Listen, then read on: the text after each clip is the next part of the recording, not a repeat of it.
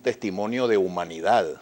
Lo que ocurrió en Auschwitz, es decir, el holocausto, el horror que significó el nacionalsocialismo contra la tradición y el pueblo hebreo, contra los israelitas, pero contra el mundo en general. Eso fue una cosa que tiene que haber provocado una herida profunda en toda la humanidad. Y el Papa va a dar un testimonio de solidaridad, de humanidad, porque en este momento están pasando muchas cosas, Pedro, en el mundo, que a lo mejor no son comparables con lo del holocausto, pero que son terribles. Y el Papa es un símbolo de paz, un símbolo de justicia, una convocatoria a los sentimientos más nobles del ser humano, a la solidaridad, a la fraternidad. De modo que yo sostengo que el mensaje del Papa ojalá prevaleciera en el mundo entero y ojalá influyera en Venezuela, porque estoy convencido que el mensaje del Papa, igual que el mensaje de los obispos venezolanos, puede contribuir enormemente a encontrar causa y a encontrar solución a los problemas del país. Hace 2 semanas la MUD produjo un documento dirigido al pueblo venezolano, donde ellos decían que ya el gobierno había aceptado la ayuda de mediación del Papa, diplomático muy importante porque ayudó a 50 años de conflictos diplomáticos entre Estados Unidos y Cuba. Y siendo Cuba tan cercano a Venezuela, ¿por qué no termina entonces el gobierno de decir sí, el Papa nos puede ayudar, una negociación, un diálogo? Yo creo que sería muy útil, muy constructivo, muy positivo aprovechar la disposición de gobiernos de otros países que están dispuestos a colaborar, como es el caso, por ejemplo, de la Santa Sede, como podría ser eventualmente el caso de los Estados Unidos. Ha venido el señor Shannon a conversar tanto con el gobierno como con la oposición, como sería el gobierno de Cuba, como podrían ser otros gobiernos, el gobierno de Colombia, que es nuestro país limítrofe más cercano en el afecto y en la tradición histórica. Eso es muy importante, Pedro, pero sin duda alguna que la principal responsabilidad la tenemos nosotros los venezolanos. Que nos ayuden los factores internacionales es muy positivo y muy útil, pero somos nosotros los venezolanos y es nuestro liderazgo venezolano el que tiene que asumir la tarea de resolver los problemas de la gente. La gente está indignada con lo que está pasando con las colas, con el desabastecimiento.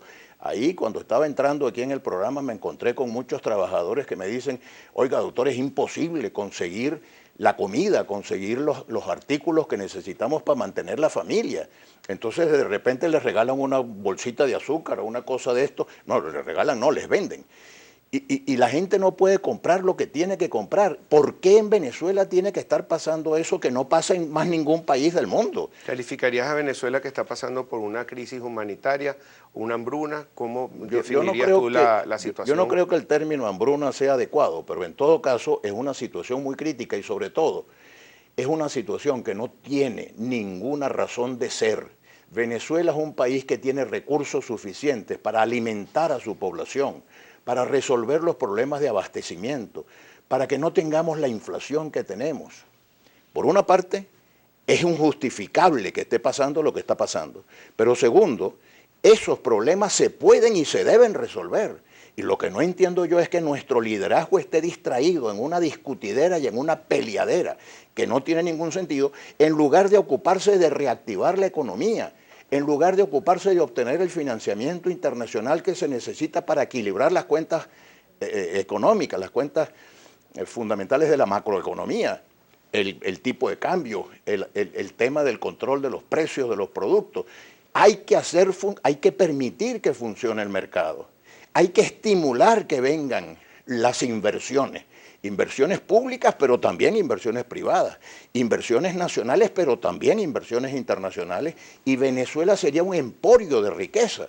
Entonces yo no entiendo por qué no se sientan alrededor de una mesa y dicen, ¿qué se necesita para reactivar la economía venezolana? Porque se necesita un consenso en el país. Un consenso. Y se necesita unir a las personas del gobierno con las de la oposición y con los empresarios, creo yo, Sobre y con los trabajadores. Sobre todo, yo creo que la promoción del consenso debe ser con los factores de la producción, con los trabajadores y con los empresarios para producir más y mejor. ¿Cómo se combate la inflación? Inflación ha habido en muchos países del mundo, incluso ha habido países que han tenido inflación peor que la que tenemos nosotros. Pedro, se conoce en la historia Alemania, por ejemplo, Argentina, Chile, los países del cono sur de América Latina. Pero ¿qué hicieron esos países? El remedio para la inflación es producir más y producir mejor y permitir que la economía funcione naturalmente. No hay ningún país sometido a regímenes autoritarios, tipo socialistas, tipo el socialismo real, tipo el comunismo soviético, que hayan tenido éxito. La Unión Soviética colapsó. La Guerra Fría se libró entre dos grandes potencias. En una, el Estado era dueño de todo, la Unión Soviética. En otro, el Estado no es dueño de nada, en los Estados Unidos. Y prevaleció los Estados Unidos.